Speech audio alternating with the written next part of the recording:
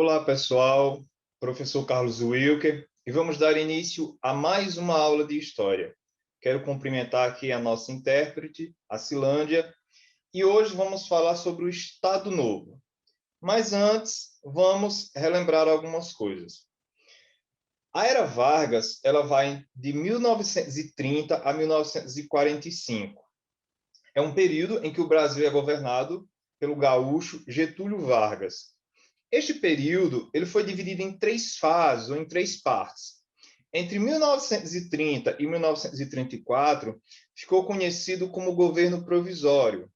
Entre 1934 a 1937, ficou conhecido como governo constitucional. Entre 1937 a 1945, é o período ficou conhecido como Estado Novo. Então, hoje a gente vai falar um pouco sobre esse período que corresponde, que vai entre o ano de 1937 a 1945. Vamos lá. Em 1937, o governo Vargas ele vai divulgar um documento que hoje sabemos que era uma farsa. Esse documento ele foi inventado. Esse documento ele ficou conhecido como Plano Cohen. Cohen é uma palavra que significa sacerdote, que tem origem no hebraico. A gente vê um pouco do antissemitismo aqui. Em que consistiu o Plano Cohen? Um suposto documento que dizia, mostrava um plano dos comunistas em derrubar o governo Getúlio Vargas e instaurar um regime comunista no Brasil. Esse documento vai ser divulgado, ele vai vir a público em setembro de 1937, e ele vai servir como uma justificativa para a instauração de um governo de exceção, ou seja, a partir de 1937, o governo Vargas vai concentrar poderes, não ocorrerão as eleições, e ele vai governar como um ditador entre 37 e 45. Então, o plano Cohen, hoje sabemos, não existe esse plano, não havia esse plano dos comunistas de derrubar o governo de Getúlio Vargas.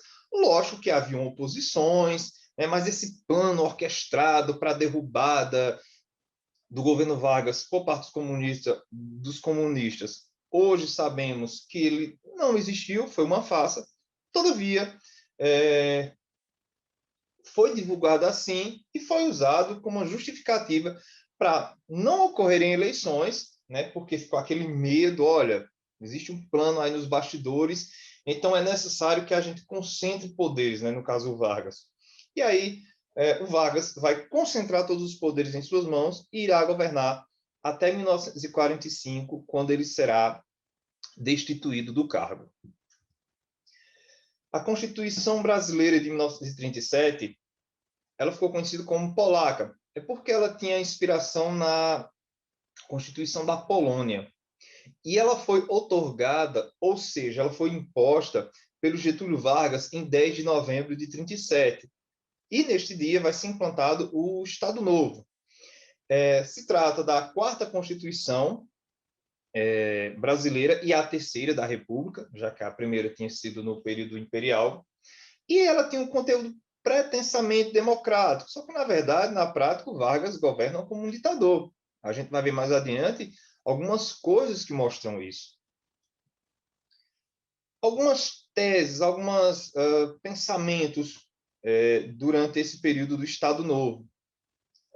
Vamos destacar aqui dois pontos. O primeiro é que vai haver uma intensa industrialização do país. O Vargas ele vai criar a Companhia Siderúrgica Nacional, a Companhia do Vale do Rio Doce, a Fábrica Nacional de Motores, são algumas das indústrias que vão se destacar nesse período. Então, vai haver uma intensa industrialização do país nessa época. Um outro ponto é o nacionalismo cultural. O que é isso? É você incentivar, propagar, enfatizar a cultura de um país, aquela coisa do patriotismo, do amor à bandeira, de cantar o hino nacional, aquela valorização das culturas do seu país. Isso é muito forte durante a Era Vargas, principalmente aqui no Estado Novo. O trabalhismo. O que é o trabalhismo? O trabalhismo é uma doutrina política que defende a melhoria das condições sociais e econômicas dos trabalhadores. Então, visa a melhoria de salários, reconhecimento de direitos, conquistas de direitos. Então, o trabalhismo ele consiste nisso, numa defesa, né, numa luta por melhoria de condições, tanto sociais como econômicas desses trabalhadores. E aí, durante esse período, a gente pode destacar a consolidação das leis trabalhistas, né, a CLT, em 1943. Entre algumas dos pontos que essas leis trabalhistas trouxeram, a gente pode destacar algumas. Por exemplo, a jornada de 8 horas, a regulação do trabalho das mulheres e dos menores, férias, a gente tem a criação do concurso público, nós vamos ter também a criação daquela carteira de trabalho, vocês conhecem, né? Aquela azulzinha. Então, essas são algumas das conquistas trazidas por essas leis trabalhistas. Alguns vão enfatizar que essas leis elas davam com a mão e tiravam com a outra. Por quê? Muitos apontam que essas leis trabalhistas ela vai meio que amarrar e prender os sindicatos, seria uma forma de você controlar os trabalhadores. Ou seja, eles têm conquistas, mas ao mesmo tempo eles perdem sua liberdade de protesto, de greve, enfim. Então, alguns colocam por esse viés. Todavia, foram algumas conquistas para os trabalhadores nesse período com a CLT. Propaganda política e censura. Em dezembro de 1939, né, já aí no segundo ano do Estado Novo, o Vargas cria o DIP, que é o Departamento de Imprensa e Propaganda. Esse órgão ele era responsável tanto por censura como por propaganda. Censurar opositores, ideias divergentes e propagar a imagem do Getúlio Vargas, né, e divulgar suas realizações. Então, é um órgão que divulga o governo a seu bel prazer, lógico, sempre mostrando um lado positivo, sempre elogiando, e censurando e barrando ideias divergentes. É importante enfatizar que o Vargas ele age como um ditador, ele é um ditador. Então, a liberdade de expressão praticamente não existe, perseguição aos opositores, isso é muito forte durante a Era Vargas, principalmente aqui no Estado Novo, que esse período também é chamado de ditadura do Estado Novo, e é justamente isso. Lembremos que entre 1939 e 1945 ocorre a Segunda Guerra Mundial, né, que coincide aí com o período do Estado Novo. E aí, o Brasil também vai participar da Segunda Guerra Mundial, aliado aos aliados, né, que eram Estados Unidos, França, União Soviética, Inglaterra, contra os países do eixo, que era a Alemanha, Itália e Japão. Vamos lá. Entre 35 e 37, o Brasil tinha acordos comerciais com a Alemanha. Mantinham relações comerciais com a Alemanha. E aí, em 41, os Estados Unidos declaram guerra à Alemanha. Por quê? No dia 7 de dezembro de 1941, o Japão vai atacar os Estados Unidos. E aí, os Estados Unidos entram na Segunda Guerra Mundial. E até aí, o Brasil fica neutro, né? O Brasil não se posiciona nem de um lado nem do outro. Só que aí os alemães eles vão afundar alguns navios brasileiros. Muitos navios brasileiros serão afundados por submarinos alemães. E assim, o Brasil tinha uma relação com os Estados Unidos, e aí chega uma hora que ele tem que se posicionar. Né? Os Estados Unidos ofereceram compensações financeiras e tecnológicas também. E aí chega uma hora que o Vargas sai dessa neutralidade, né, e se posiciona oficialmente ao lado dos Estados Unidos. Curioso que o ministro da guerra do Getúlio Vargas, o Eurico Gaspar Dutra, que será o presidente a partir de 1945, inicialmente ele defende que o Brasil se aliasse à Alemanha. Pois é, inclusive vale salientar que o Getúlio Vargas nutria uma certa simpatia pelo Hitler e pelo Mussolini. Pois é.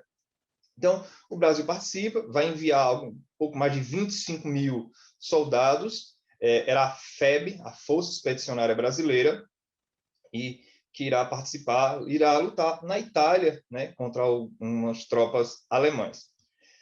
Temos aqui, esse símbolo é o símbolo da FEB, eu explico para vocês. Havia uma brincadeira na época, uma piada, que falava o seguinte, que era mais fácil uma cobra fumar de que as tropas da FEB, né, Força Expedicionária Brasileira, participar da Segunda Guerra. E aí eles vão participar e surge esse símbolo aí de uma cobra fumando. Vargas organizou, em agosto de 1943, né, a Força Expedicionária Brasileira para lutar na Europa. As tropas da FEB combateram a partir de junho de 1944, no Mediterrâneo, principalmente em território italiano. A principal função da FEB era impedir que o exército alemão avançasse em direção ao sul da Itália. E os brasileiros foram bem-sucedidos. Os brasileiros perderam muitos soldados, mas no final das contas, a participação da FEB foi bem-sucedida. E aí, dos cerca de 25 mil brasileiros enviados, aproximadamente 454 morreram em batalha, né? Então, essa foi a participação brasileira na Segunda Guerra Mundial. Temos a deposição de Vargas. Com a volta, com o término da Segunda Guerra Mundial, se cria uma questão. Soldados brasileiros lutam na Europa defendendo a democracia, defendendo a liberdade. Todavia, o governo Vargas era ditatorial. Então, veja que existe uma contradição, né? Você sai do Brasil para lutar em nome da democracia, da liberdade, contra regimes autoritários. Todavia, o Brasil assim o era. Então, isso vai entrar em contradição, isso vai se chocar com a imagem do Vargas. A participação do Brasil na Segunda Guerra Mundial traz uma maior oposição a Vargas. E aí, entre outros fatores, no dia 29 de outubro de 45, o alto comando do Exército depôs Vargas, né, tira Vargas do poder. E aí ocorreram eleições, cerca de 6 milhões de pessoas foram às urnas em dezembro de 1945, e aí o presidente eleito foi o Eurico Gaspar Dutra, que era ministro da guerra do Getúlio Vargas. Okay? Então, o Vargas é deposto em 45, ocorrem as eleições, e aí quem assume a presidência da República é o Eurico Gaspar Dutra. E aí é o término da Era Vargas, é o término do período do Estado Novo. Ok, pessoal? Vou ficando por aqui e até a próxima.